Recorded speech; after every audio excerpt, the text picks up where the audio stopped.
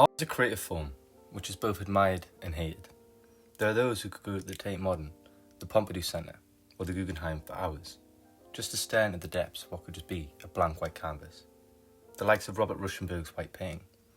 Whilst on the opposite side of the gallery, there could be a person staring at a painting which is a realist piece, like Ilya Repin's Ivan the Terrible and his son Ivan.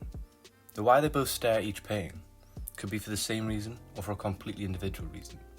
And this is where the questions of what art is and what causes countless arguments about what is meaningful art and is simply just a white canvas or something which a child could do. Though those who say that I think highly underestimate what it takes to form a good painting and think of one, yet alone do something which has never been done before and change the concept of art. This is an age-old debate which seems to be given to every piece of work, no matter its origins, especially if it is new or abstract, and it's an issue which can be understood and broken down through the irascible 18, or the more commonly known movement of abstract expressionism. What kind of a piece do I mean, and what kind of a piece do we seek?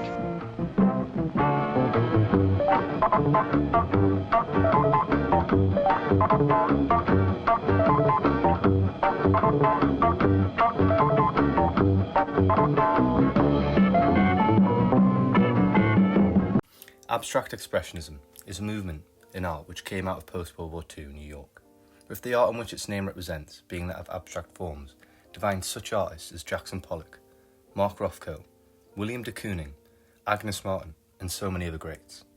The point of the paintings was to reflect complete emotion, by using ultimate abstraction, with paintings like Pollock's strips having no recognisable shapes or imagery which one could pick out, except for what they felt or their eyes could.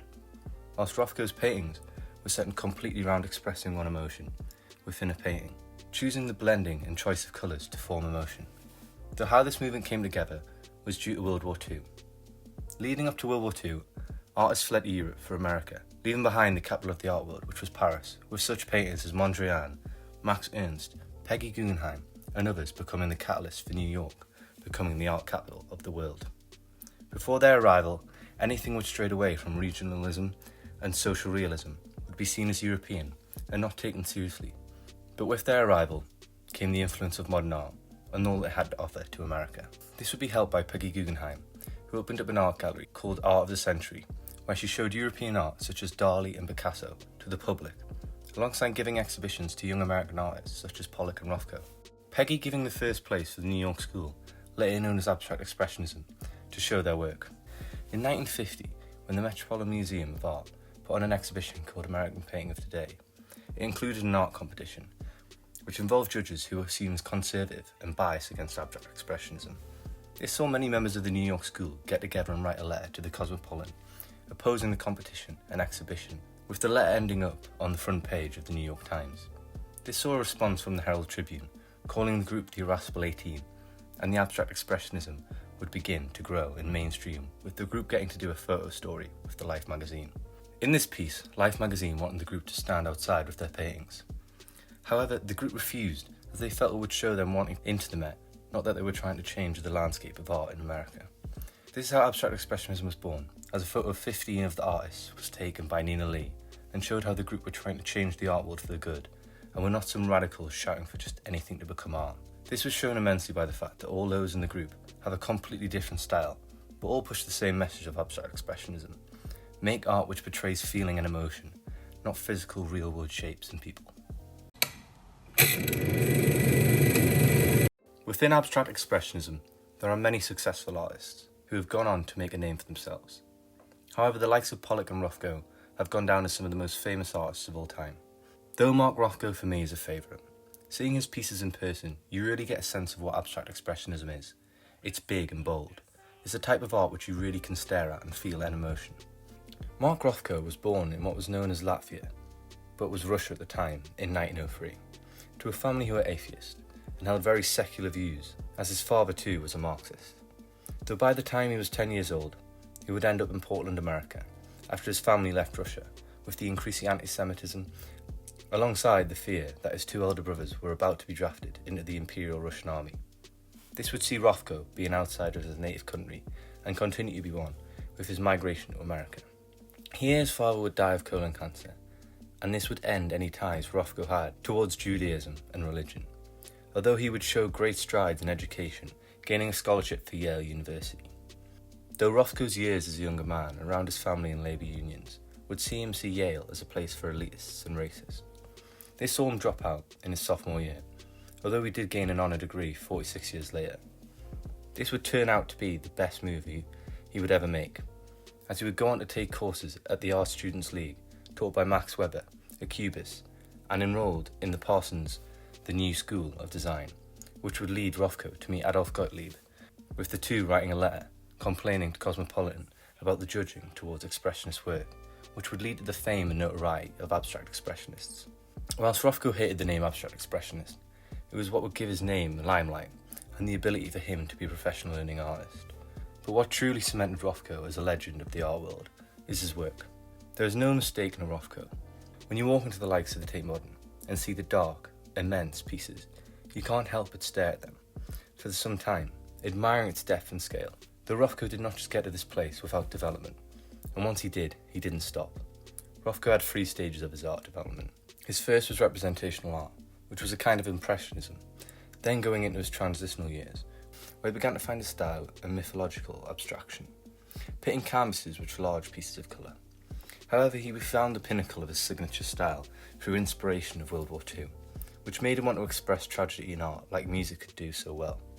This was then continued in his classic period, where he continually painted rectangular regions of colour, wanting to use them to reflect serious emotion in each painting and get a reaction from the viewer. This saw Rothko become one of the most famous artists of all time, and one who defined the abstract expressionist movement, and was one of the first artists to push his work to represent specifically emotion. Rothko would sadly take his own life on the 25th of February 1970, at the age of 66. Undoubtedly one of the most famous artists the world has ever known, Pollock showed how art can cause so much outrage and debate on a scale which hadn't been seen before. Whether you're an avid fan of art, or someone who gives no time to the medium, you'll have seen the iconic drip paintings by Pollock at some point in your life, with Pollock being the catalyst for why anyone believes they could pick up a brush and make a great piece of modern art. Paul Jackson Pollock was born in 1912 in Wyoming, as the youngest of 5 boys, though his home life and childhood would not be that of an ideal American family. By the time Pollock was 10, he would have lived in 5 different cities, with most of his growing up taking place in Arizona and Chico, California. Pollock would be expelled from 2 of his high schools due to his antics. He wasn't popular and didn't fit in, so he often showed his emotion by starting fights and arguments, a trait which would follow him in a later life, often causing fights after having a drink or 2. Pollock went on many surveys as a young man with his father, in which he began to become very interested in Native American culture, something he would later credit as being a big inspiration for his action painting, as Native American works were done on the floor, just like Pollock's drip paintings. In 1930, Pollock would move to New York City, like his older brother, and studied under Thomas Hart Barton at the Art Students League. Though where his famous drip style came from was when he took an art workshop in 1936 by the Mexican muralist David Alfaro Siqueiros, in which he used liquid paint. This then saw him, when he moved to Springs, start painting with his canvases on the floor, creating the drip technique which would send him to the top of the art world, which he's still at now. Though during his trips as a young man on surveys, he picked up drinking from a young age and would become a habit he would never lose, as he would end up having psychotherapy with one of his therapists, Dr. Henderson, encouraging him to do art and draw. Where Pollock's fame originally sprang from was his 4-page spread in Life magazine, which asked, is he the greatest living painter in the United States?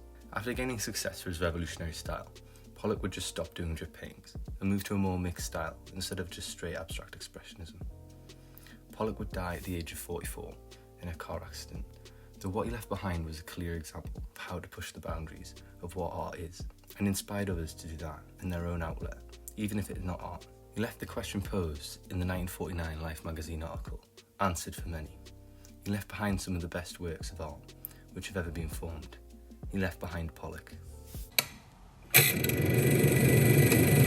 Though there are so many other members of the abstract expressionism movement I could have talked about, these two are undoubtedly the most successful, and for me, the pair's contrasting works show what the movement was about. Within abstract expressionist movement, you had so many artists who were not brought together by their collective style, but by what they believed their style and the art world should represent.